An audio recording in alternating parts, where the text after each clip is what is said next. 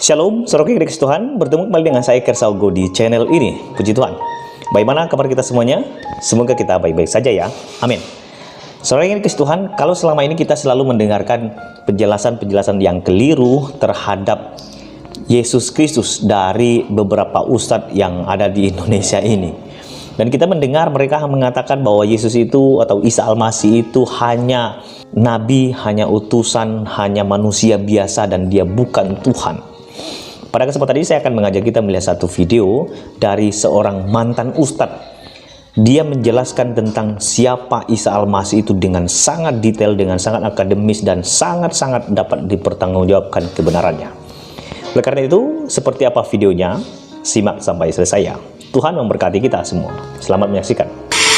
Terima kasih kalau hari ini saya diberikan kesempatan, ruang, dan waktu untuk memaparkan bagian dari perjalanan pengalaman kehidupan saya. Namun jauh sebelumnya, terlebih dahulu saya panjatkan rasa hormat dan puji syukur kepada Tuhan yang Maha Pengasih dan Maha Penyayang. Karena hanya berkat rahmat, nikmat, dan hidayahnya saja, semuanya ini bisa saya sampaikan di hadapan saudara sekalian. Pada tahun 1989, saya masuk ke sebuah pondok pesantren mendalami ilmu syariat Islam. Kemudian pada tahun 1992, saya pindah di pondok Thariqah untuk memperdalam ilmu kerohanian. Terus tahun 1996, saya memperdalam ilmu kegaiban di salah satu pulau yang dikenal cukup rawan dan menyeramkan. Akhirnya pada tahun 1997, saya mendapat tugas mengemban misi untuk mensiarkan agama Islam. Dan waktu itulah kami berambisi sekali untuk mengislamkan orang-orang Kristen. Kenapa sasaran kami tertuju kepada orang-orang Kristen? Sebab yang pertama, agama Kristen merupakan ancaman yang sangat membahayakan bagi kehidupan generasi Islam yang akan datang. Yang kedua, ajaran agama Kristen merupakan lawan bebuyutan yang terang-terangan bertentangan dan menjungkir balikan akidah iman orang Islam yang berasaskan ketauhidan atau keesaan Allah Subhanahu wa Ta'ala.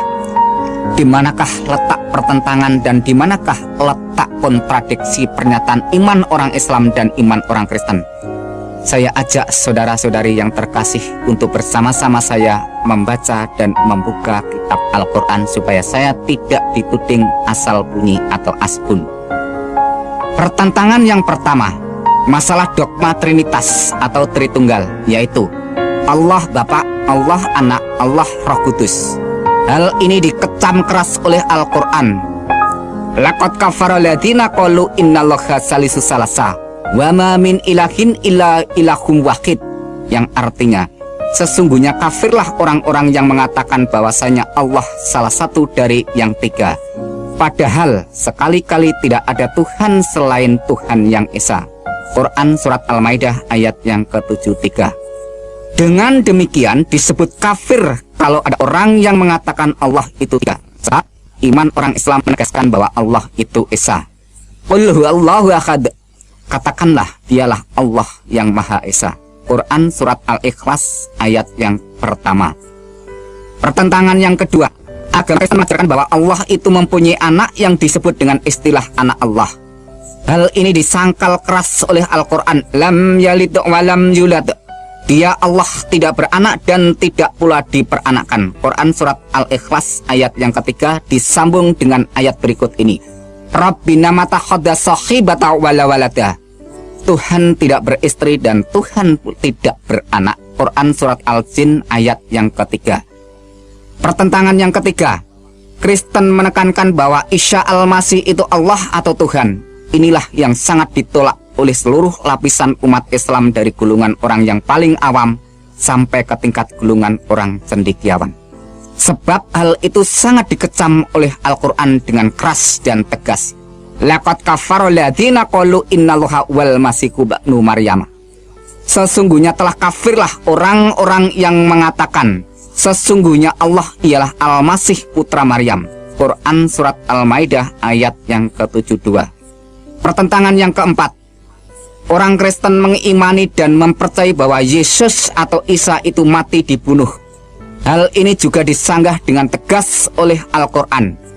Wa qaulihim inna qatalada masiha Isa bin Maryama Rasulullahi wa ma qataluhu wa ma salabuhu walakin subihal lahum wa innal ladzina ikhtalafu fi khilafi sakim minhu malahum bihi min ilmin illa tiba adhani wa ma qataluhu yaqina, yang artinya demikian.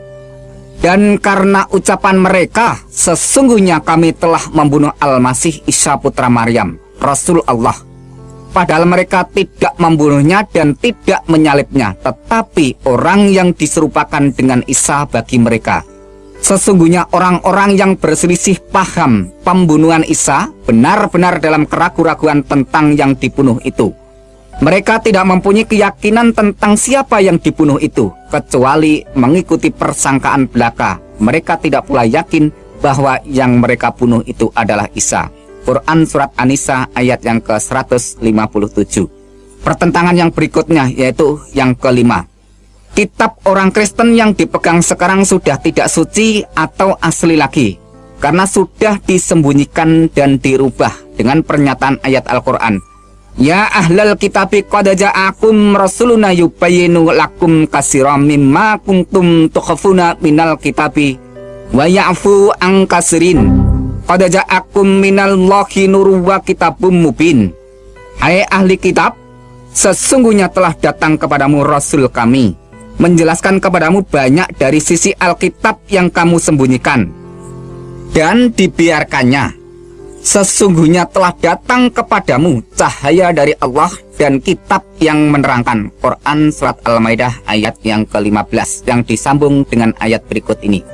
Afatadma'una ayyaminu lakum wa qad kana fariqum minhum yasma'una kalamallahi summa yuqarifunahu min ba'dima aqaluhu wa hum ya'lamun, yang artinya, apakah kamu masih mengharapkan mereka akan percaya kepadamu padahal segolongan dari mereka mendengar firman Allah, lalu mereka mengubahnya setelah mereka memahaminya, sedang mereka mengetahui. Quran Surat Al-Baqarah ayat yang ke-75. Dengan pernyataan ayat-ayat yang sudah saya ucapkan tadi, dengan dukungan penjelasan Injil Barnabas yang pada waktu itu saya baca sebagai rujukan, di mana kesimpulan penjelasan Injil Barnabas mengatakan bahwa yang disebut atau dikatakan Mesias, yaitu penyelamat, itu adalah Kanjeng Nabi besar Muhammad Shallallahu Alaihi Wasallam. Melihat data-data yang cukup akurat dan kuat, maka dengan demikian orang Kristen telah distempel dengan label atau dicap dengan sebutan orang kafir. Mulai dari semua penjelasan pernyataan tadi, serta dengan sebuah pegangan keyakinan Al-Quran Surat Al-Imran ayat 19 yang demikian bunyinya, Inna dina indallahi Islam, sesungguhnya agama di sisi Allah hanyalah Islam. Dengan kata lain, hanya agama Islam yang diridhoi Allah, hanya agama Islam yang dibenarkan Allah. Maka semua agama selain Islam tidak benar. Dengan demikian semua pengikut agama selain Islam orangnya disebut kafir. Melihat kenyataan seperti itulah saya merasa kasihan terhadap orang-orang yang memegang keyakinan ajaran iman kekristenan, yang menyembah Nabi Isa Al-Masih sebagai Allah yang Maha Pengasih, Allah yang Maha Pengampun dosa, Allah yang menyelamatkan umat manusia. Padahal ajaran agama Islam mengatakan Allah itu mukhalafatuhu lil khawadisi, yaitu wujudnya tidak serupa dengan makhluknya. Mengapa Isa Al-Masih dianggap sebagai Allah yang kelihatan? Sangat mengherankan. Sebodoh itukah semua orang Kristen? Begitu buta mata hati rohani semua umat Kristen di dunia ini. Sungguh kasihan benar kalau orang Kristen semua nanti mati dimasukkan ke penjara api neraka jahanam. Maka dari itu saya berambisi sekali untuk menjelaskan keimanan Islam kepada orang-orang Kristen supaya tidak menyimpang jauh imannya. Tetapi ketika saya membaca sebuah majalah rohani orang Kristen, di situ saya temukan penjelasan seorang pendeta yang menguraikan tentang keesaan Tuhan yang diambil dari Ulangan 6 ayat yang keempat yang demikian bunyinya, Shema Yisrael Yahweh Elohinu Yahweh Echad, yang artinya, dengarlah hai orang Israel, Tuhan itu Allah kita, Tuhan itu Esa. Demikian waktu itu saya baca. Ternyata orang Kristen sendiri tidak mengimani bahwa Allah itu tiga. Tidak seperti yang saya bayangkan selama itu. Jadi sebelum saya pergi untuk mengislamkan orang Kristen, saya memutuskan terlebih dahulu untuk mempelajari tentang iman orang Kristen yang sebenarnya.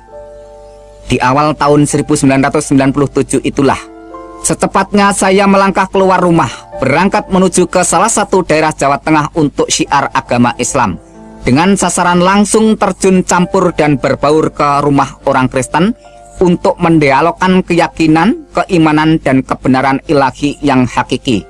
Setiap hari saya beradu argumentasi, bahkan sampai berbulan-bulan saya perdebatkan dengan orang-orang Kristen yang sudah belajar di meja teologia, maupun yang sudah menyandang gelar STH sampai MTH. Tapi tak satu pun orang Kristen pada waktu itu yang sanggup menyanggah dan menggoyahkan keyakinan Islam saya.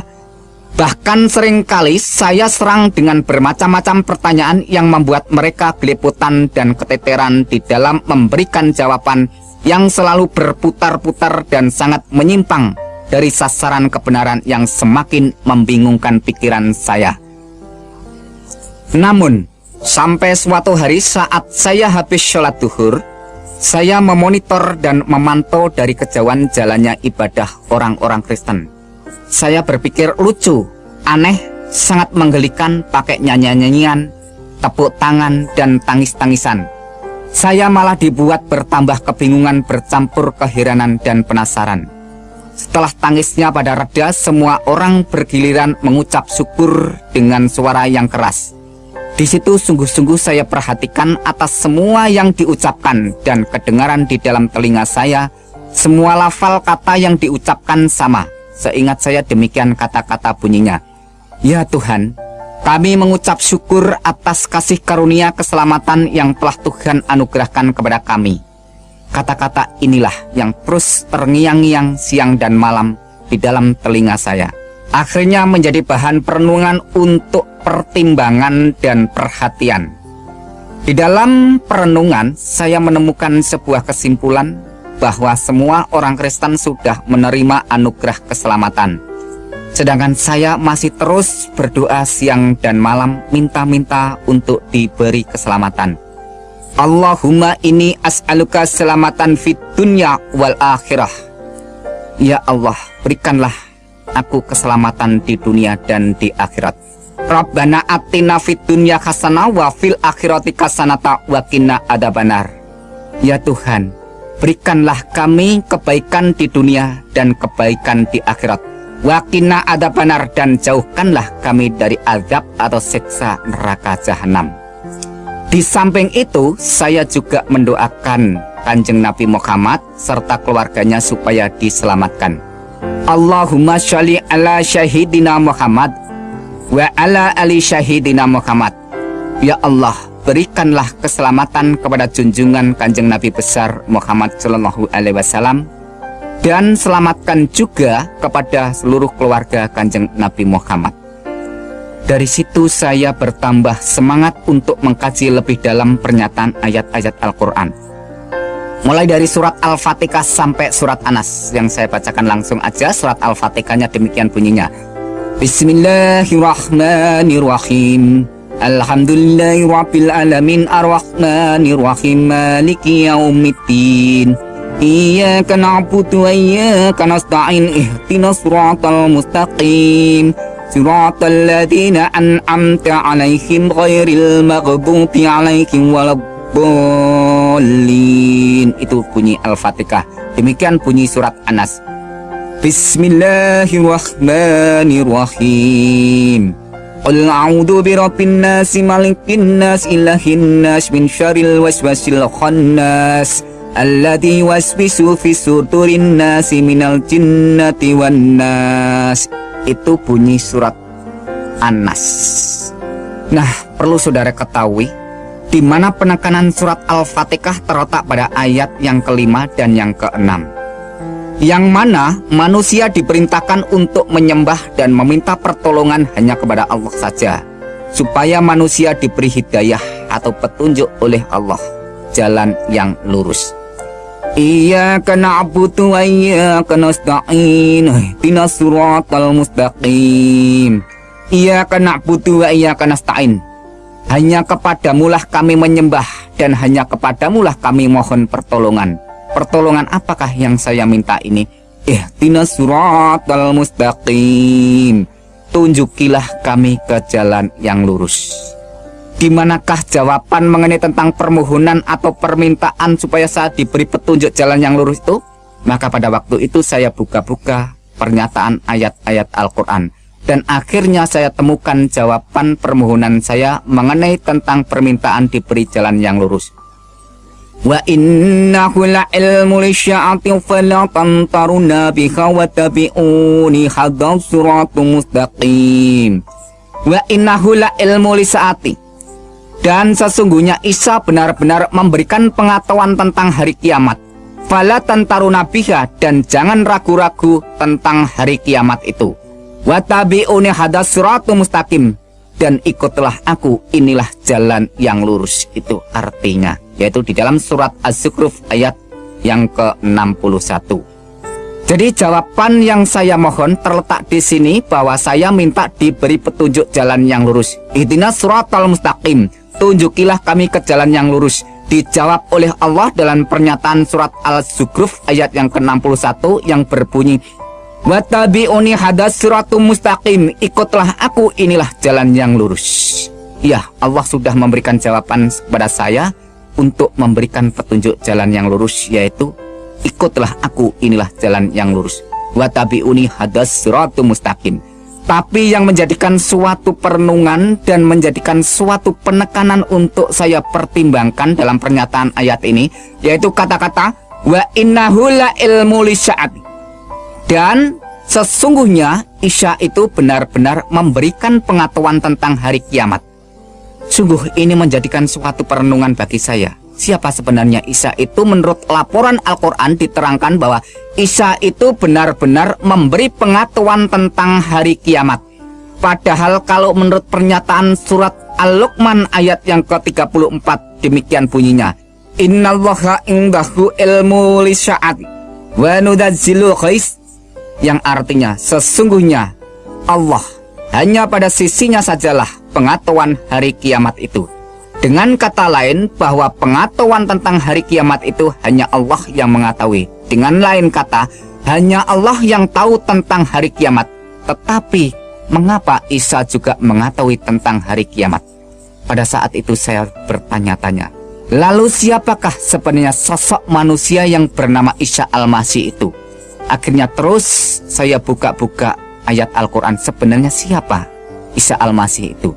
Dan akhirnya saya temukan jawabannya dalam surat Al-Imran ayat yang ke-45 yang demikian bunyinya. Isqalatil malaikatu ya Maryamu innallaha yubasyiruki bi kalimatin min husmuhul masiku Isa banu Maryama wajihan fid dunya wal akhirah wa minal muqarrabin. Isqalatil malaikatu, ketika malaikat berkata kepada siapa? Ya Maryam, hai Maryam. Apa perkataannya malaikat ini kepada Maryam? Innallaha yubasyiruki, sesungguhnya Allah memberikan kegembiraan dalam apa yang diberikan kepada Allah ini. Bi kalimatin minhus, dengan kalimat yang darinya. Minhus muhul masihu Isa banu Maryama, namanya Al-Masih Isa putra Maryam. Wajihang fit dunya wal akhirah, yang terkemuka di dunia dan di akhirat. Wa minal muqarrabin, dan yang terdekat dengan Tuhan. Wah, ini merupakan suatu perenungan tersendiri pada waktu itu. Dimana kalau saudara ketahui dan saya jelaskan bahwa yang menurut laporan malaikat ini memberikan pernyataan bahwa Maria diberi kabar kegembiraan oleh Allah. Dan apa bentuk kegembiraan itu? Yaitu bi kalimatin, yaitu dengan kalam, dengan firman atau dengan sabdanya Allah itu. Dengan kata lain, bahwa Maria ini mendapat kabar gembira berupa kalamnya Allah.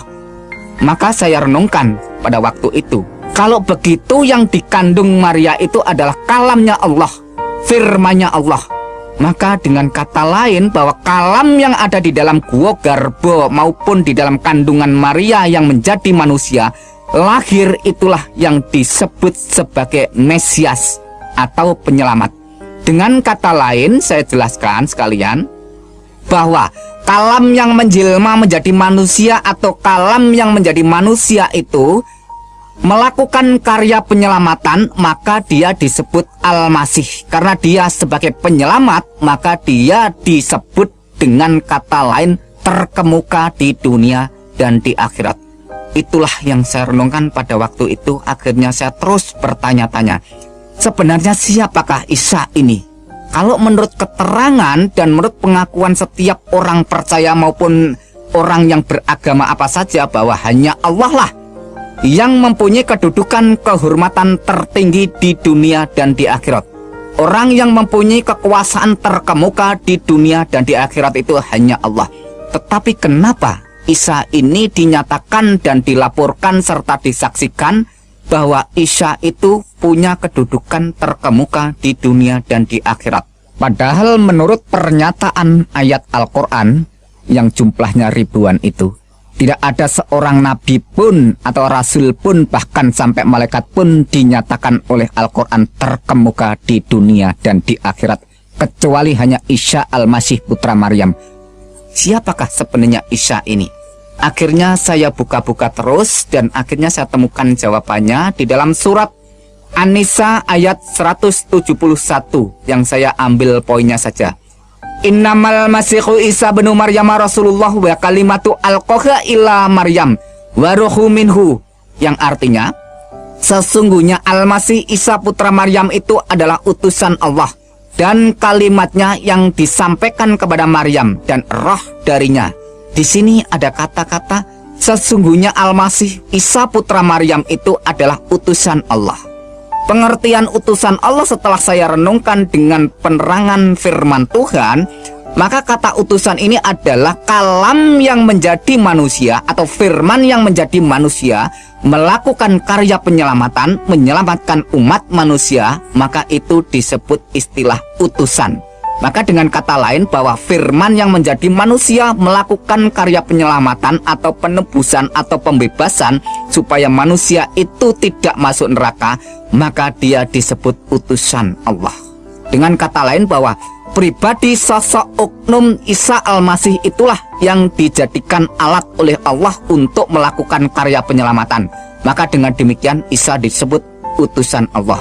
Dan di situ diterangkan juga bahwa dia adalah kalamnya atau kalimat Allah dan roh dari Allah itu sendiri. Maka kalau kita renungkan dengan dalam-dalam bahwa Isa Al-Masih yang ada di dalam kandungan Maryam itu adalah rohnya Allah atau kalamnya Allah.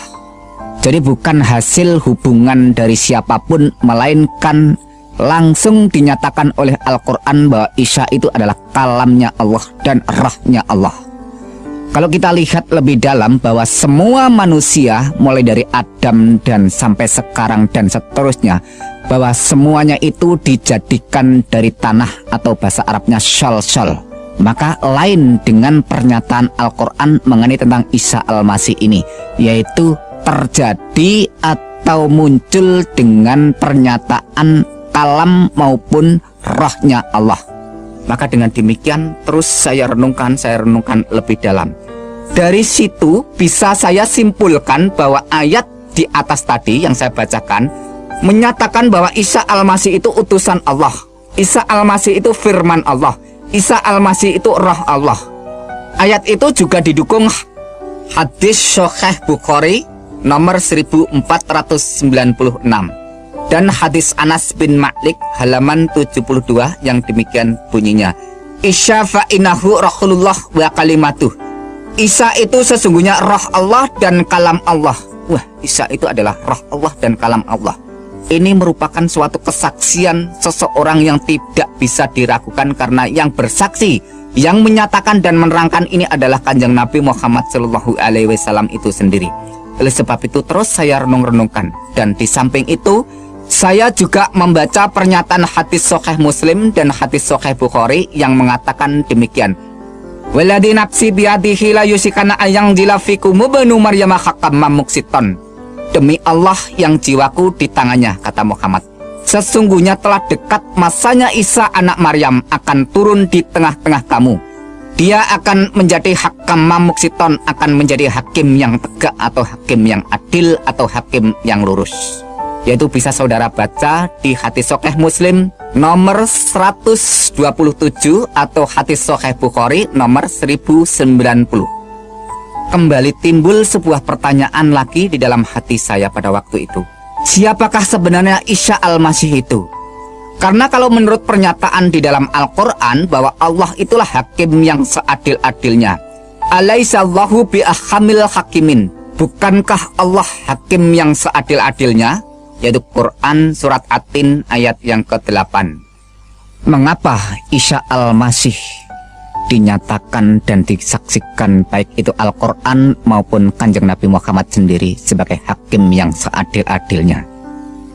Dengan demikian kalau kita renungkan, tidak ada seorang nabi, rasul, bahkan malaikat pun yang dinyatakan oleh Al-Quran maupun disaksikan oleh Kanjeng Nabi sebagai hakim yang adil kecuali Isa Al-Masih putra Maryam. Ya, kalau kita renungkan dan kita hayati dari awal sampai akhir bahwa Isa Al-Masih itu adalah Roh Allah, Kalam Allah. Isa Al-Masih itu adalah terkemuka di dunia dan di akhirat. Isa Al-Masih itu adalah hakim yang adil, dan Isa Al-Masih itu mengetahui tentang hari kiamat. Memang semua itu sudah jelas, tetapi saya tetap belum mau mempercayai dan mengimani Yesus itu adalah Tuhan dan Juru Selamat saya. Mengapa? Karena masalah keyakinan, kepercayaan, dan keimanan tidak segampang orang membalikkan telapak tangan langsung terima dan diaminkan. Atau tidak semudah orang yang beli jajan di pinggir jalan langsung ditelan jadi kenyang. Tetapi ini masalah hati nurani yang suci. Maka membutuhkan pencerahan, penerangan Sang Ilahi yang Maha Suci, supaya hati nurani ini dapat mengambil suatu keputusan untuk menyatakan keberanian tentang kebenaran yang datang dari Tuhan, pencipta dan penguasa semesta alam. Maka untuk mendukung dan memperkuat semuanya itu, saya langsung terus untuk mengumpulkan data-data yang bersumber dari Al-Quran maupun hadis yang berkaitan dengan kesaksian dan pengakuan mengenai pernyataan tentang Isa Al-Masih itu. Inilah data-data yang sudah saya kumpulkan dari pernyataan Al-Quran. Quran surat 19 ayat 19. Di sana dikatakan Isa Al-Masih seorang anak laki-laki yang suci. Quran 19 ayat yang ke-21. Di sana dikatakan Isa Al-Masih sebagai tanda bagi manusia dan rahmat dari Tuhan. Quran surat 3 ayat yang ke-46 dan Quran surat 5 ayat yang ke-19, ayat yang ke-20 dan ayat yang ke-110. Di sana dikatakan Isa Al-Masih semasa dalam buayan dan ayunan sudah bisa berbicara dengan manusia. Quran surat 19 ayat yang ke-31, di sana dilaporkan Isa Al-Masih seorang yang diberkati Allah di mana saja berada. Quran surat 3 ayat yang ke-49 dan Quran surat 5 ayat yang ke-110, di sana diterangkan bahwa Isa membuat burung, menyembuhkan orang buta sejak lahir, menyembuhkan penyakit sopak atau lepra atau kusta, dan menghidupkan orang mati. Wah, ini luar biasa, perlu saudara renungkan. Dan data berikutnya, Quran surat 3 ayat yang ke-45, Isa adalah kalam Allah, terkemuka di dunia dan di akhirat. Quran surat 4 ayat 171, Isa Al-Masih utusan Allah, kalam Allah dan roh Allah. Quran surat 21 ayat yang ke-91 dikatakan Isa dan ibunya dijadikan tanda yang besar bagi semesta alam. Dan data-data hadis yang saya kumpulkan yaitu hadis Sahih Bukhari nomor 1496. Di sana diterangkan Isa itu utusan Allah, kalam Allah, roh Allah. Hadis Sahih Bukhari nomor 1090. Di sana dikatakan Isa akan turun menjadi hakim yang adil. Hadis Anas bin Malik halaman 72. Di sana dikatakan Isa roh Allah dan kalam Allah. Hadis Sahih Muslim jilid 1 halaman yang ke-74, di sana dikatakan Isa adalah Imam Mahdi dan hakim yang adil. Hadis Ibnu Majah di sana melaporkan tidak ada Imam Mahdi selain Isa putra Maryam, dengan bahasa Arab La Mahdiya illa Isa banu Maryama, itu bahasa Arabnya. Dengan dukungan dan pernyataan beberapa ayat-ayat Al-Quran dan hadis, perasaan saya seperti disinari dengan pancaran terang kebenaran untuk terus melangkah menuju jalan keselamatan. Tetapi ada satu hal yang membuat saya berat melangkah untuk berjalan terus menuju ke puncak keputusan. Apa itu? Yaitu masalah amal yang selama ini sudah saya kumpulkan sejak dari awal dengan jerih payah ibadah yang melelahkan dan memakan kurun waktu yang cukup panjang. Sebab menurut ajaran agama Islam, apabila orang itu sudah murtad atau keluar dari agama Islam, segala amal ibadahnya akan musnah, terhapus. Padahal bekal untuk menuju kehidupan kekal harus disertai dengan banyak amal. Dari sini saya kembali dihantui perasaan takut, khawatir, keraguan, kebimbangan, dan kebingungan.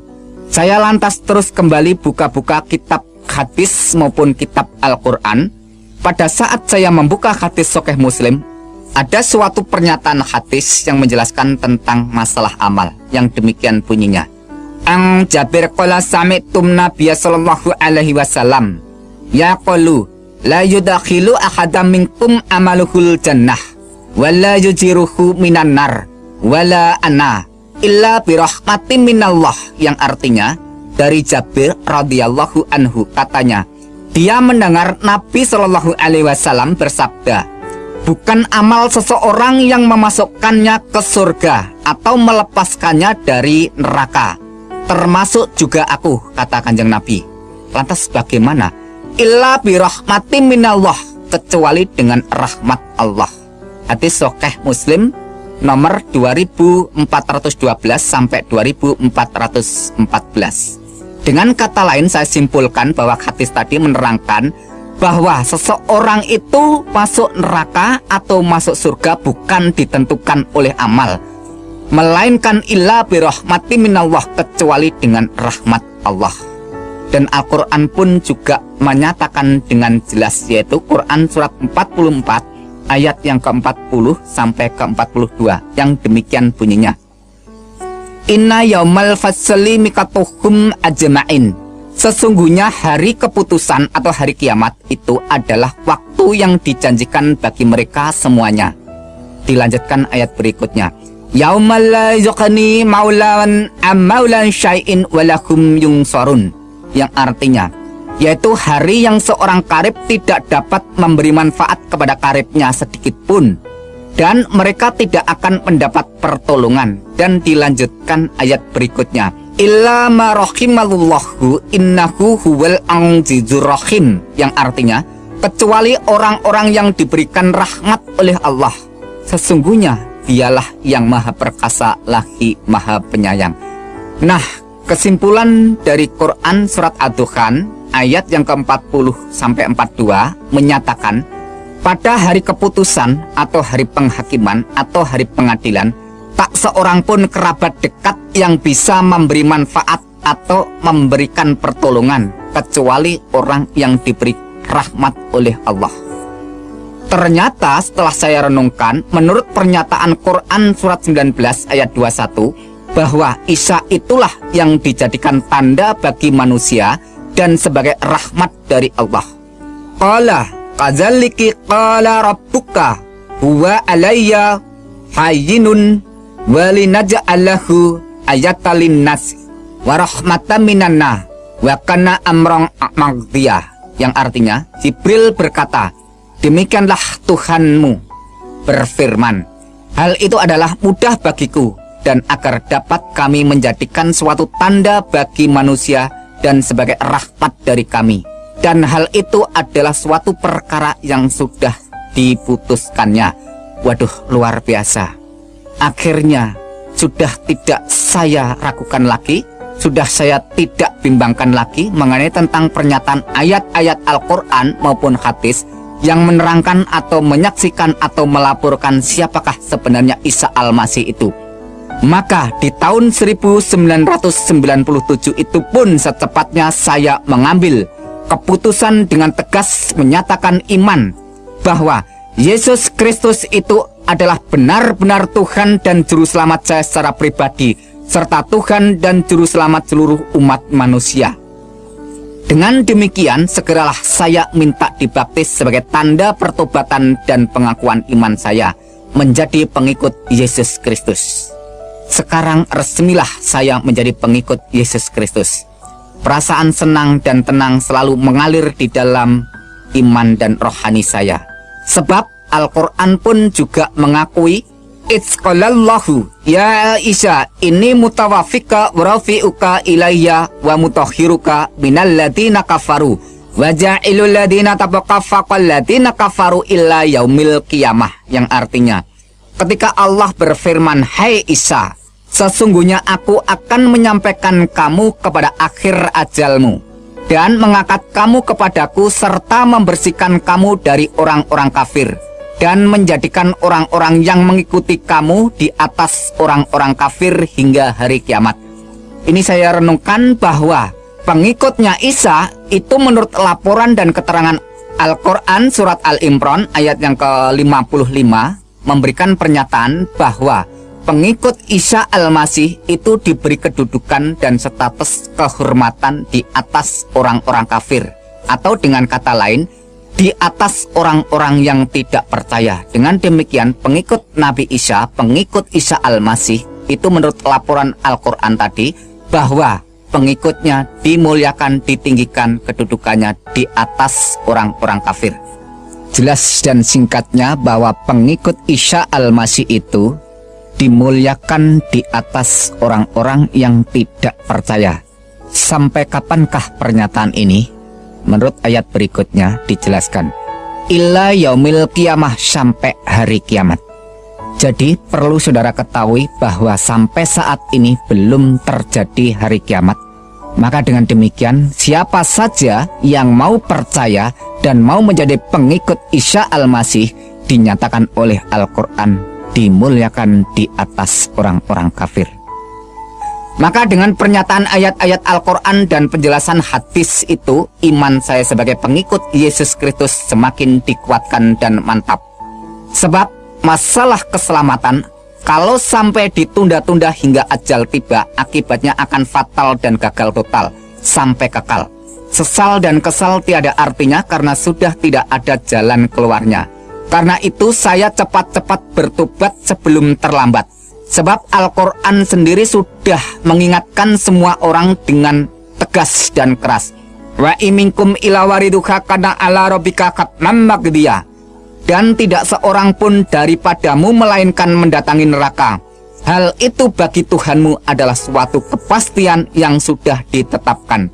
Quran surat 19 ayat yang ke-71.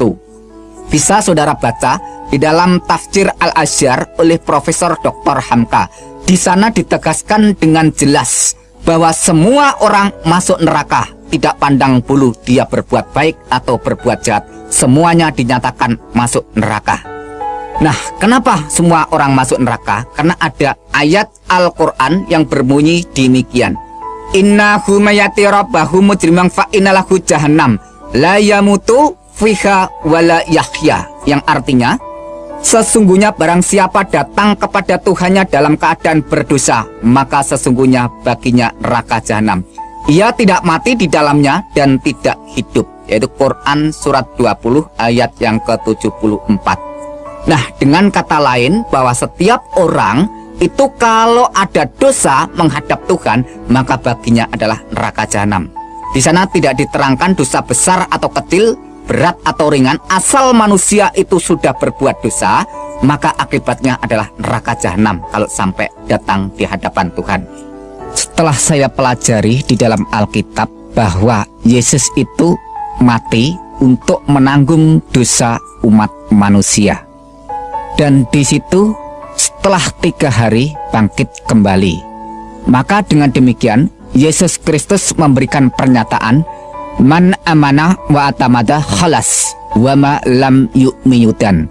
Barang siapa yang percaya dan dibaptis diselamatkan. tetapi barang siapa yang tidak percaya akan dihukum. Jadi jelasnya bahwa Yesus mati itu untuk menebus dosa umat manusia. Tetapi yang menjadikan suatu perenungan bahwa selama itu saya tidak mengakui kalau Isa atau Yesus itu mati.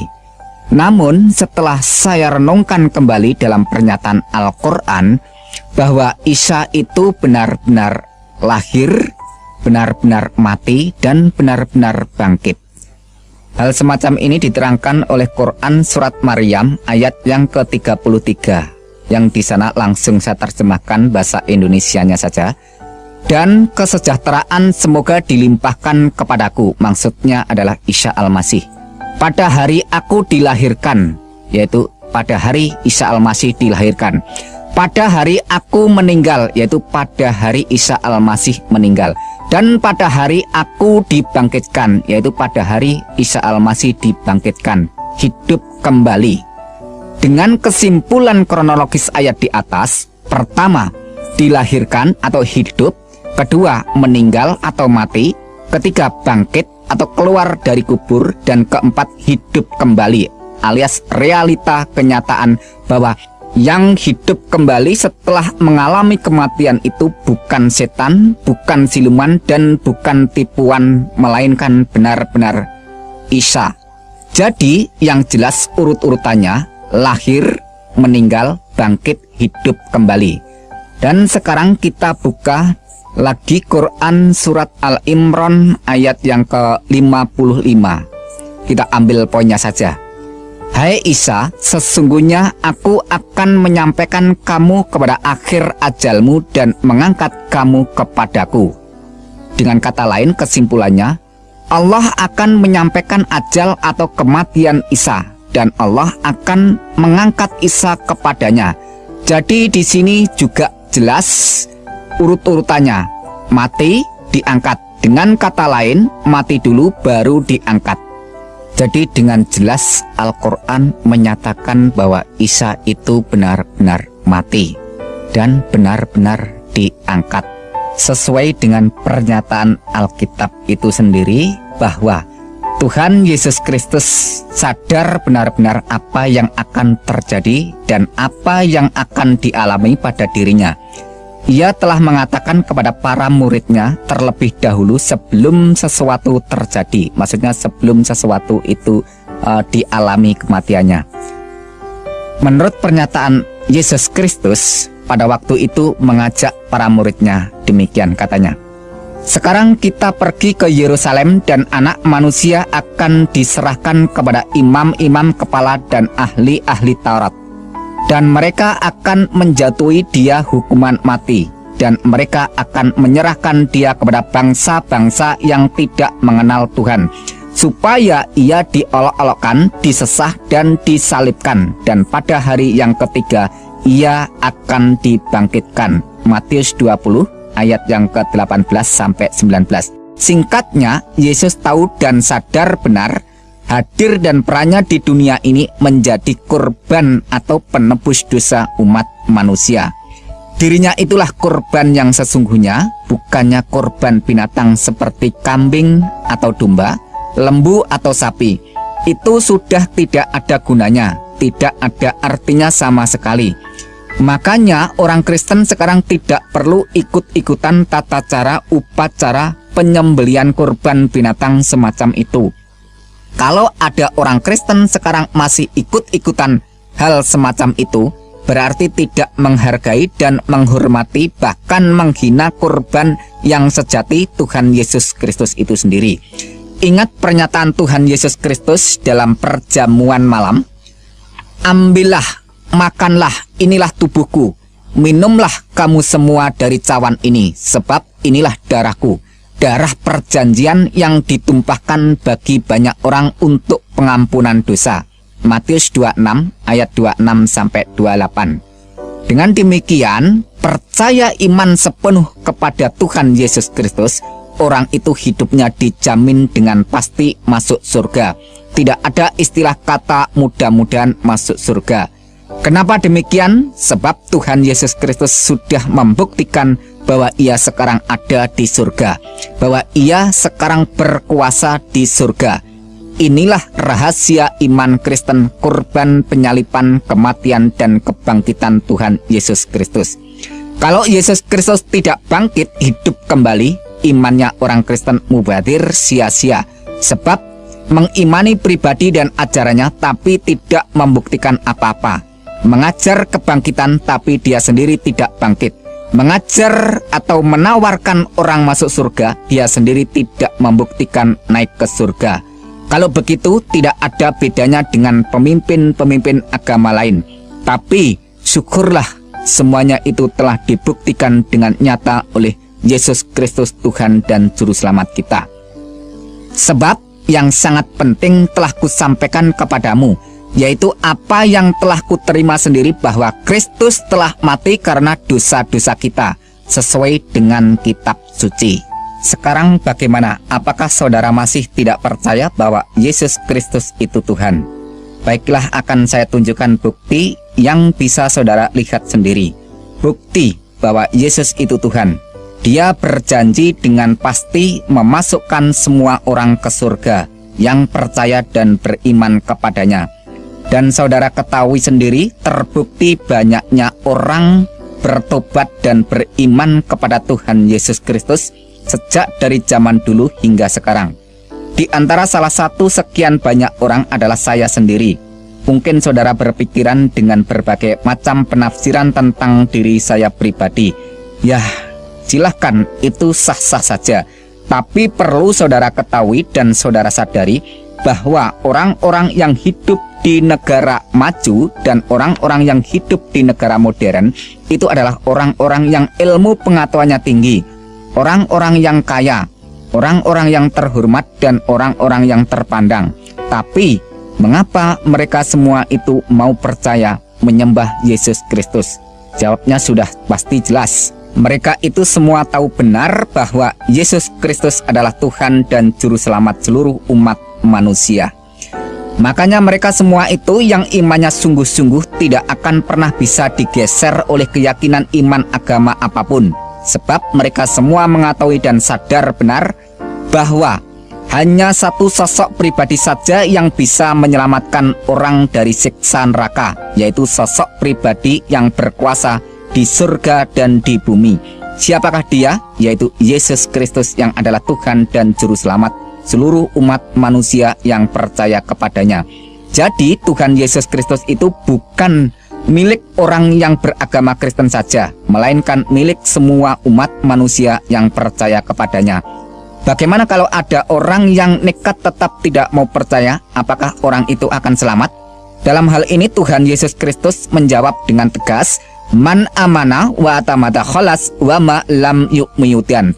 Siapa yang beriman dan dibaptis selamat, dan siapa yang tidak percaya dihukum. Markus 16 ayat yang ke-16. Jadi masuk surga atau masuk neraka bukan berdasarkan orang itu sudah berbuat baik, melainkan tindakan dan tanggapan iman seseorang itu kepada sosok pribadi yang berkuasa di surga dan di bumi, yaitu Tuhan Yesus Kristus. Dan Tuhan Yesus Kristus terus mengingatkan kepada semua orang dengan menyatakan yang jelas, "Karena itu aku tadi berkata kepadamu bahwa kamu akan mati dalam dosamu, yaitu kamu akan binasa dalam neraka karena keangkuhan dan kesombonganmu, yaitu tidak mau percaya kepadaku. Jika kamu tetap tidak percaya bahwa aku adalah Dia, yaitu penyelamat seluruh umat manusia, maka kamu akan tetap dimasukkan ke dalam neraka." Keterangan itu bisa saudara baca sendiri di dalam kitab Injil Yohanes pasal yang ke-8. Dengan demikian, kalau kita mau renungkan lebih dalam, nasib seseorang bergantung kepada Yesus Kristus yang adalah Tuhan dan Juru Selamat seluruh umat manusia. Orang itu mau menanggapi atau menolak, mau mengimani atau tidak, silahkan memilih, monggo kerso, tidak ada paksaan. Memang Tuhan itu maha kuasa, tetapi kuasanya tidak untuk memaksa siapa saja sebelum saatnya tiba. Akan tetapi kalau saatnya sudah tiba, saudara tidak akan bisa lepas atau lolos dari pengadilan dan penghakiman maupun penghukumannya. Selama Tuhan masih memberikan kesempatan, nafas di kandung badan, marilah secepatnya ambil keputusan bertobat, datang beriman, menerima kasih karunia keselamatan yang dianugerahkan bagi setiap orang yang mau menerima dan beriman kepada Yesus Kristus Tuhan dan Juru Selamat seluruh umat manusia. Perlu saudara ketahui dan sadari lebih dalam lagi bahwa setan tidak akan tinggal diam kalau ada orang yang datang beriman kepada Tuhan Yesus Kristus. Dan setan paling tidak senang kalau ada orang yang mengakui, mengimani dan menyebut Yesus Kristus itu adalah Tuhan dan Juru Selamatnya.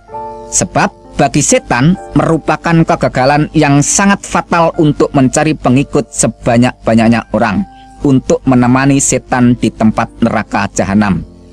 Ya, kalau ada pemikiran di dalam benak hati saudara bahwa saya adalah orang yang tersesat dan menyesatkan banyak orang karena mengajak beriman dan percaya kepada Tuhan Yesus Kristus, dan terbukti nanti bahwa Yesus Kristus itu bukan benar-benar Tuhan dan Juru Selamat umat manusia, maka saya adalah orang yang nanti siap pertama kali dilempar ke dalam lautan api neraka. Saya adalah orang yang siap dimasukkan ke dalam neraka jahanam lebih dahuluan. Tetapi kalau saudara tetap nekat tidak mau percaya kepada Tuhan Yesus Kristus, ya terserah. Tidak masalah, itu hak saudara semua untuk menolak atau menerima. Akan tetapi tunjukkan bukti keberanian dan ketidakpercayaan saudara terhadap Tuhan Yesus Kristus. Katakan secara langsung ucapan saudara kepada Tuhan Yesus Kristus. Hai Yesus Kristus yang disembah oleh semua orang Kristen, jika benar Engkau adalah Tuhan, jika benar Engkau berkuasa, tunjukkan kekuasaanmu di hadapanku, ambil kesehatanku, ambil seluruh keluargaku, ambil seluruh harta benda kekayaanku, ambil seluruh kebahagiaanku, dan ambil seluruh kehormatanku. Kalau memang saudara berani, ulangi berkali-kali pernyataan ini. Saya meyakini secara pasti cepat atau lambat akan terjadi akibat peristiwa yang akan mengguncangkan kehidupan saudara. Perlu saudara ketahui dan sadari kalau terjadi sesuatu, cepat-cepatlah bertobat sebelum terlambat. Ya, masalah iman bukan karena ilmu pengetahuan, bukan karena ikut-ikutan, dan juga bukan karena warisan keturunan. Tetapi iman adalah rahasia Tuhan yang dikaruniakan kepada semua orang yang mau menanggapi dan mengimaninya. Maka orang itu akan merasakan dan mengetahuinya secara pribadi. Seperti kata pepatah yang mengatakan, malam yaduk alam ya'rif. Barang siapa yang belum merasakan, maka orang itu belum mengetahuinya. Maka untuk mengetahuinya, kita harus merasakan. Artinya kita harus bertindak melaksanakan iman yang sudah dikaruniakan Tuhan. Sekian kesaksian dan penjelasan dari saya. Kalau ada kesalahan, mohon maaf yang sebesar-besarnya. Tapi kalau semua ini jadi berkat, bersyukurlah kepada Sang Juru Selamat Tuhan Yesus Kristus. Di dalam kitab Injil Yohanes pasal 14 ayat yang ke-6, Yesus memberikan pernyataan, Akulah jalan dan kebenaran dan hidup. Tidak seorang pun datang kepada Bapa kalau tidak melalui aku. Dan tidak ada nama lain di bawah kolong langit ini selain nama Yesus Kristus yang bisa menyelamatkan umat manusia. Maka dengan pernyataan ini secara tegas bahwa Yesus itulah Sang Juru Selamat, jadi tidak perlu didoakan supaya dia selamat. Justru dia menawarkan siapa saja yang mau percaya kepadanya maka akan diselamatkan dan dijamin secara pasti, karena Yesus Kristus sendiri sudah menyatakan bukti dengan konkret saat ini ada di surga, dan hal semacam itu tidak perlu diragukan karena Al-Quran sendiri mengakui bahwa Isa Al-Masih ada di sisi hadirat Allah. Dengan kata lain bahwa Isa Al-Masih sekarang ini ada di surga. Oleh sebab itu marilah renungkan dan marilah kita benar-benar mau dan benar-benar mengimani bahwa dialah Sang Juru Selamat seluruh umat manusia. Sekarang saya ingin menjelaskan kesalahan yang sering menjadi kesalahpahaman. Yang pertama, kesalahpahaman di dalam menyikapi tentang dogma atau ajaran Trinitas Tritunggal, yaitu tentang ajaran Bapa, Anak, dan Roh Kudus. Karena adanya pernyataan Al-Quran yang berkata, sesungguhnya kafirlah orang-orang yang mengatakan bahwasanya Allah salah satu dari yang tiga. Quran Surat Al-Maidah ayat 73. Perlu diketahui, ratusan tahun sebelum Al-Quran turun, orang Kristen yang Alkitabiah sudah menyalahkan paham ajaran Trinitas semacam itu. Sebab yang dikatakan Al-Quran Surat Al-Maidah 73 adalah paham ajaran tentang Trinitas duniawi, substansi, trideis, relasi biologis. Saudara bisa baca sendiri Quran Surat 6 ayat 101 dan Quran Surat 72 ayat 3. Ayat-ayat itu menyalahkan kalau Allah itu dianggap mempunyai istri lantas beranak. Quran Surat 5 ayat 75 menyatakan bahwa Isa dan ibunya itu adalah manusia biasa yang makan dan minum. Quran Surat 23 ayat 91. Ayat itu menyatakan kalau ada Tuhan yang lain pasti terjadi rebutan saling mengalahkan untuk menguasai ciptaannya. Sudah saya katakan bahwa ajaran Trinitas model begitu sudah ditentang iman orang Kristen lebih duluan sebelum Al-Quran menentangnya. Sebab dogma Trinitas ketiga ilahiyah Alkitabiah adalah Bapa, Anak, Roh Kudus, di mana kata Bapa juga berbicara masalah Allah, kata Anak juga berbicara masalah Allah, kata Roh Kudus juga bicara masalah Allah.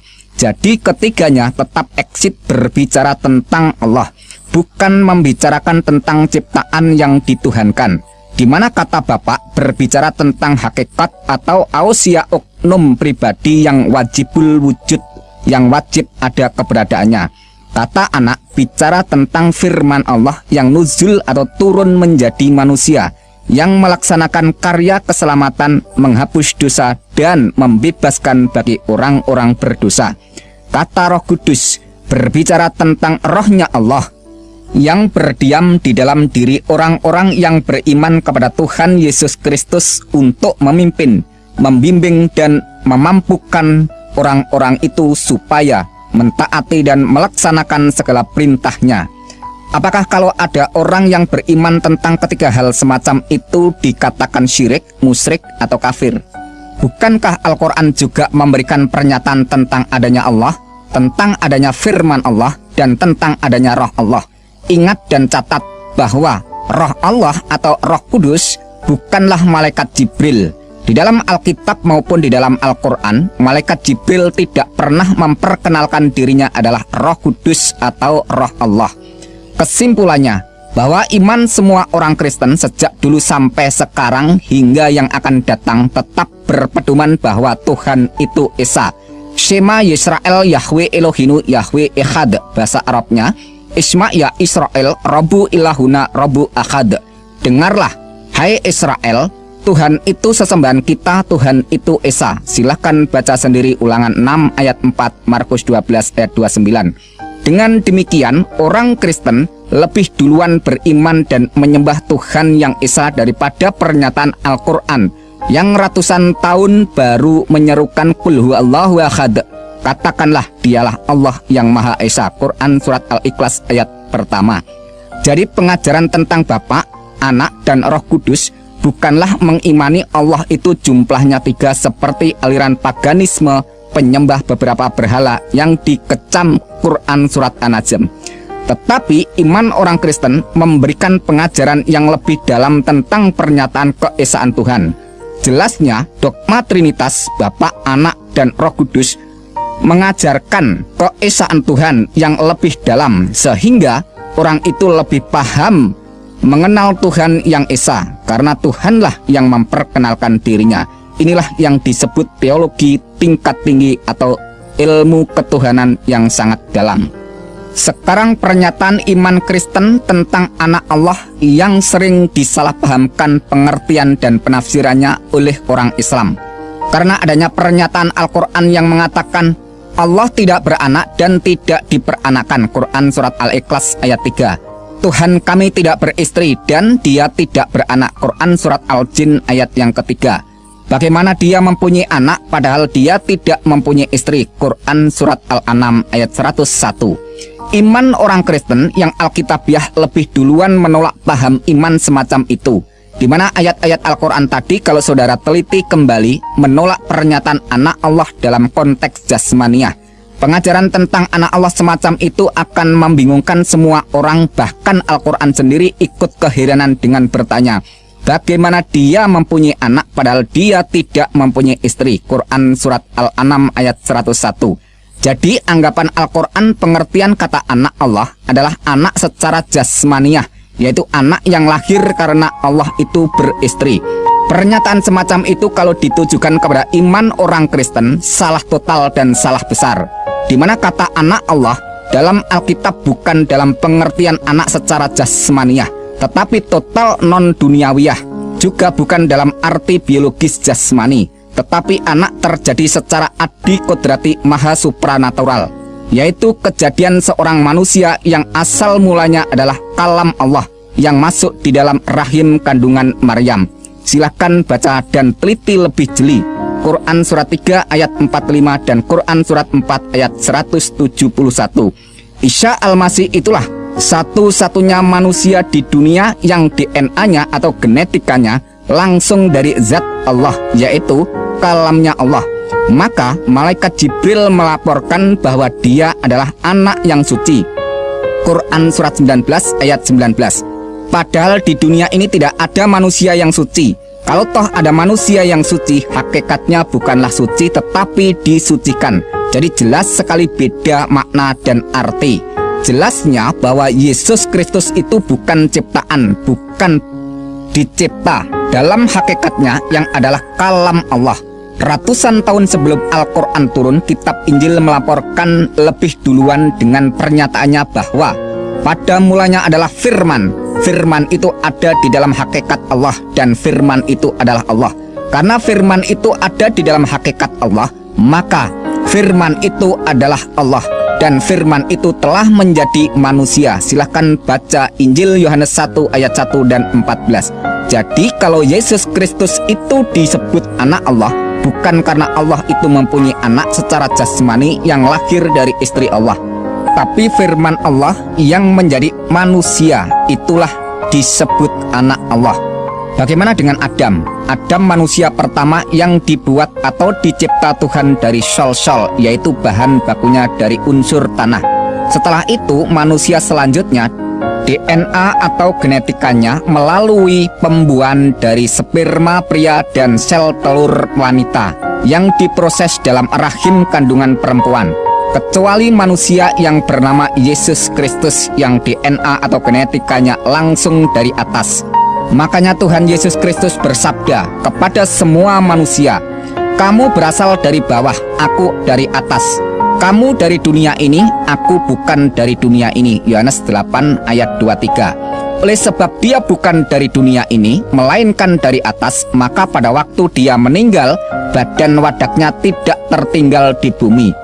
Tepat sekali apa yang dikatakan kitab Yohanes 13 ayat yang ketiga, bahwa ia datang dari Tuhan dan kembali lagi kepada Tuhan. Sekarang jawaban tentang pernyataan Al-Quran yang mengatakan, sesungguhnya telah kafirlah orang-orang yang berkata, Allah ialah Al-Masih Isa putra Maryam.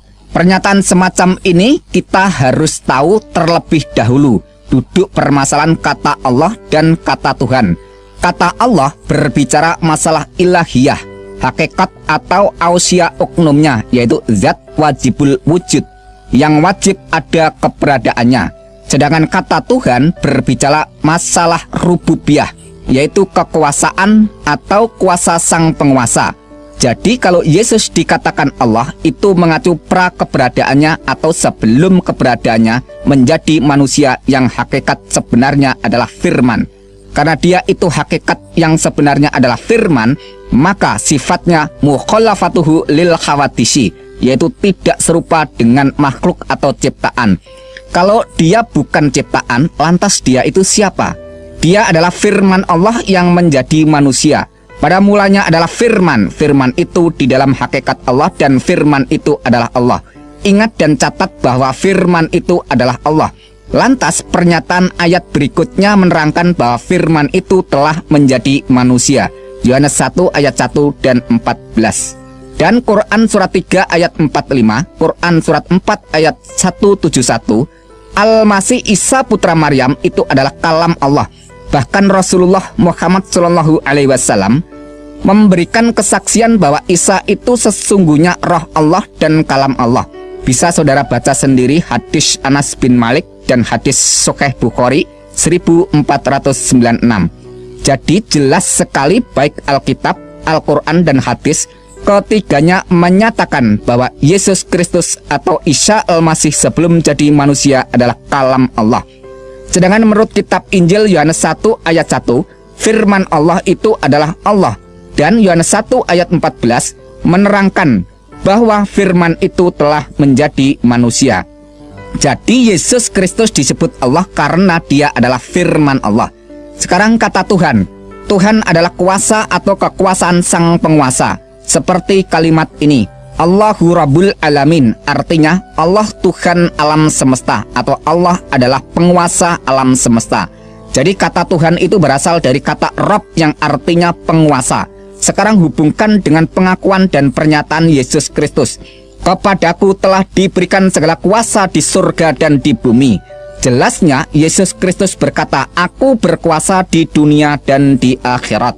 Dan Al-Quran sendiri melaporkan bahwa Al-Masih Isa putra Maryam seorang terkemuka di dunia dan di akhirat. Quran surat 3 ayat 45. Dan Al-Quran banyak sekali melaporkan tentang kekuasaan Isa Al-Masih, di antaranya memberitahu tentang hari kiamat, menghidupkan orang mati, membuat burung dari tanah, menyembuhkan bermacam-macam penyakit yang parah. Dan masih banyak sekali Al-Quran melaporkan kuasa Isa yang melebihi seluruh para nabi dan seluruh para rasul mana saja. Silakan saudara baca, cek sendiri di dalam pernyataan ayat-ayat Al-Quran yang jumlahnya ribuan itu.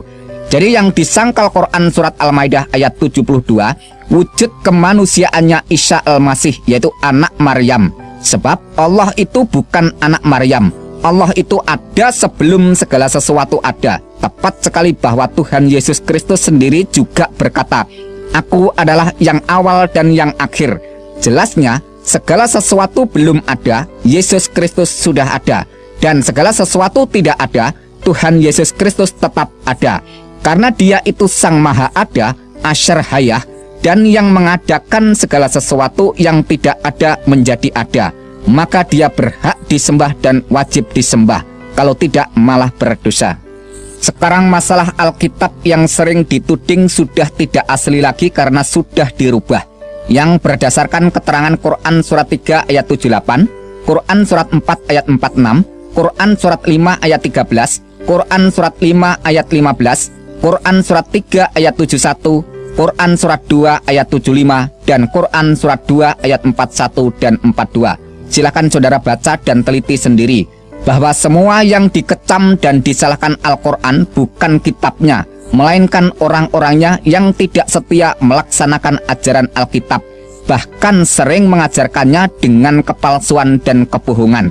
Jelasnya, yang disalahkan Al-Quran bukan Alkitabnya, melainkan para pelakunya atau orang-orangnya.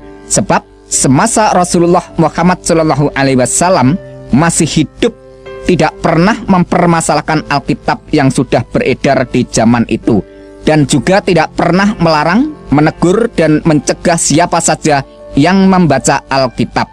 Bahkan Al-Quran sendiri memerintahkan Alkitab itu dibawa dan dibaca. Quran surat 3 ayat 93. Pertanyaannya, kalau Alkitab itu sudah dirubah, mengapa Al-Quran malah menyuruh orang membawa dan membacanya? Seharusnya kan Alkitab itu jangan dibawa dan dibaca karena sudah dirubah. Kalau Alkitab itu sudah dirubah, kenapa Allah masih menyuruh Muhammad bertanya kepada orang-orang yang membaca Alkitab? Quran surat 10 ayat 94. Logikanya mestinya Allah harus melarang Muhammad jangan bertanya kepada mereka supaya tidak disesatkan karena kitabnya sudah dirubah. Pada saat Muhammad kembali ragu-ragu menerima Al-Quran, Allah juga menggunakan standar dasar Alkitab sebagai petunjuk dari Allah bagi Bani Israel. Quran surat 32 ayat 23. Dengan demikian, Allah masih mengakui kebenaran Alkitab secara sah. Bahkan banyak ayat-ayat Al-Quran menerangkan bahwa kitab Taurat dan kitab Injil itu dibenarkan oleh Allah. Quran surat 2 ayat 41, 89, 91, 101, 136. Quran surat 3 ayat 3, Quran surat 4 ayat 136, Quran surat 5 ayat 43, 44, 46, 47, 48, 68, Quran surat 6 ayat 92, Quran surat 10 ayat 73, Quran surat 43 ayat 4, dan Quran surat 26 ayat 196. Kalau Alkitab itu sudah dirubah, mengapa Allah masih tetap menyuruh Muhammad untuk mengimani Alkitab? Quran surat 29 ayat 46. Pertanyaannya, mengapa Allah masih tetap menyuruh Muhammad untuk mengimani Alkitab? Buat apa kitab yang sudah dirubah itu diimani? Bahkan Allah mengatakan kepada ahli kitab, tidak dipandang beragama sedikit pun hingga menegakkan ajaran Taurat dan Injil. Quran surat 5 ayat 68. Pertanyaannya, kitab Taurat dan Injil kan sudah dirubah, mengapa masih harus ditegakkan? Seharusnya kan Al-Quran saja yang diperintahkan untuk ditegakkan. Kalau benar Alkitab itu sudah dirubah, secara langsung mengatakan bahwa Allah tidak dapat memelihara kitab yang sudah diturunkan, karena membiarkan Alkitab yang sudah diturunkan itu dirubah orang. Ada yang berdalih dengan berkata demikian, makanya Allah menurunkan Al-Quran sebagai penyempurna kitab-kitab yang terdahulu. Pernyataan semacam itu justru menuduh Allah itu kurang bijak karena menurunkan Alkitab yang tidak sempurna. Dalam iman kekristenan, kalau Tuhan yang berfirman, Tuhan mampu dan sanggup menjaga keabsahan firman-Nya, seperti yang telah difirmankan, langit dan bumi akan berlalu, tetapi perkataanku tidak akan berlalu. Markus 13 ayat 31. Rumput menjadi kering, bunga menjadi layu, tetapi firman Tuhan kita tetap untuk selama-lamanya. Yesaya 40 ayat 8. Tetapi firman Tuhan tetap untuk selama-lamanya. Inilah firman yang disampaikan Injil kepada kamu. 1 Petrus 1 ayat 25. Aku bersaksi kepada orang yang mendengarkan perkataan-perkataan nubuat dari kitab ini. Jika seorang menambahkan sesuatu kepada perkataan-perkataan ini, maka Tuhan akan menambahkan kepadanya malapetaka-malapetaka yang tertulis di dalam kitab ini. Dan jika seorang mengurangkan perkataan-perkataan dari kitab nubuat ini, maka Tuhan akan mengambil bagiannya dari pohon kehidupan, dari kota kudus, seperti yang tertulis di dalam kitab ini. Wahyu 22 ayat 18 dan 19. Jadi kesimpulannya bahwa Alkitab yang kita baca ini tidak ada yang dirubah, tetap masih asli dan murni dari segi makna dan arti. Dan Alkitab yang kita baca ini pada hakikatnya tidak perlu mendapat pengakuan dan dukungan dari pernyataan Al-Quran, karena Alkitab sudah sempurna. Apa yang akan disempurnakan lagi? Kalau saya mempergunakan ayat-ayat Al-Quran disebabkan karena memberikan jawaban kesalahpahaman. Kalau tidak ada kesalahpahaman, ya saya tidak akan mengutip ayat-ayat Al-Quran. Sekarang menjawab kematian Isa Al-Masih atau Yesus Kristus. Untuk membahas masalah ini, kita tidak boleh hanya mendengar informasi dari satu sisi, sebab ini adalah kejadian fakta yang nyata, tapi berbeda cerita antara Alkitab dan Al-Quran. Maka salah satunya harus ada yang membuktikan kebenarannya. Quran surat 4 ayat 157 melaporkan bahwa Isa tidak dibunuh dan disalib, melainkan orang yang diserupakan Isa. Tapi di sisi lain, Quran surat 19 ayat 33 memuat pernyataan Isa yang berkata, dan kesejahteraan semoga dilimpahkan kepadaku pada hari aku dilahirkan, pada hari aku meninggal, dan pada hari aku dibangkitkan hidup kembali. Jadi jelasnya Al-Quran melaporkan bahwa Isa itu dilahirkan, kemudian meninggal, lantas dibangkitkan, terus hidup kembali. Keterangan berikutnya Quran surat 3 ayat 55, Allah menyatakan dengan berfirman, hai Isa, sesungguhnya aku akan menyampaikan kepada akhir ajalmu dan mengangkat kamu kepadaku. Jadi jelasnya Allah menyatakan kematian Isa dulu baru mengangkat Isa kepadanya. Singkatnya, Isa mati dulu baru diangkat ke hadiratnya. Tapi mengapa Quran surat 4 ayat 157 itu mengatakan bahwa Isa tidak dibunuh dan disalib? Lantas ayat 158 mengatakan, tetapi Allah telah mengangkat Isa kepadanya. Sekarang renungkan pelan-pelan. Dulu Al-Quran mengatakan Isa itu lahir, kemudian meninggal, lantas dibangkitkan, terus hidup kembali. Dan Allah sendiri menyatakan Isa itu mati dulu, baru diangkat kepadanya. Tapi tiba-tiba muncul keterangan yang bertentangan bahwa Isa tidak mati, tetapi diangkat Allah. Pertanyaannya, kenapa Allah membiarkan berjuta-juta orang salah paham sampai 600 tahun kemudian baru diinformasikan bahwa yang mati itu bukan Isa melainkan orang lain yang diserupakan Isa? Kenapa Tuhan yang Maha Suci jauh dari dusta sifatnya berubah demikian, membiarkan orang tertipu sampai waktu sekian panjang lamanya? Kalau yang mati itu bukan Isa melainkan orang lain yang diserupakan Isa, pertanyaannya, siapakah orang yang diserupakan Isa itu? Siapakah nama orang yang diserupakan Isa itu? Apakah yang mati itu tidak berkata bahwa dia bukan Isa? Dari keluarga siapakah orang yang diserupakan Isa itu? Dari asal daerah manakah orang yang diserupakan Isa itu? Apakah seluruh keluarganya tidak menerangkan bahwa yang disalib itu bukan Isa melainkan keluarganya? Bagaimana para tetangga dan teman-temannya, apa juga ikut bungkam? Tahukah apa penyebabnya Isa Al-Masih itu dituntut hukuman mati dengan jalan disalib? Apakah karena menciarkan atau mendakwahkan ajarannya? Oh, tidak sama sekali. Melainkan pernyataan dan pengakuannya yang mengatakan bahwa kedudukan dirinya sederajat atau sama dengan Allah. Bagi semua orang, pernyataan semacam itu dianggap menghujat Allah dan hukumnya harus dibunuh mati. Sekarang bagaimana keterangan dari Alkitab tentang kematian Yesus Kristus? Menurut pernyataan dari Alkitab, semua orang mengakui bahwa yang mati di salib itu benar-benar Yesus Kristus. Dan Tuhan Yesus Kristus sendiri mengakui bahwa dirinya telah mati tapi hidup kembali. Kata Tuhan Yesus Kristus, "Jangan takut, aku adalah yang awal dan yang akhir dan yang hidup. Aku telah mati, namun lihatlah, aku hidup sampai selama-lamanya." Wahyu pasal 1 ayat 17 dan 18. Coba sekarang renungkan, yang bersangkutan sendiri mengakui, tapi orang lain tidak mau mengakui. Ini namanya lucu sekali. Kematian Tuhan Yesus Kristus yang sangat terpenting adalah untuk menebus, menghapus, dan mengampuni dosa umat manusia. Sejak waktu itu, Yesus mulai menyatakan kepada para murid-muridnya bahwa ia harus pergi ke Yerusalem dan menanggung banyak penderitaan. Dan pihak tua-tua, imam-imam kepala dan ahli-ahli Taurat lalu dibunuh dan dibangkitkan pada hari ketiga. Matius 16 ayat 21. Dan Tuhan Yesus kembali mengulangi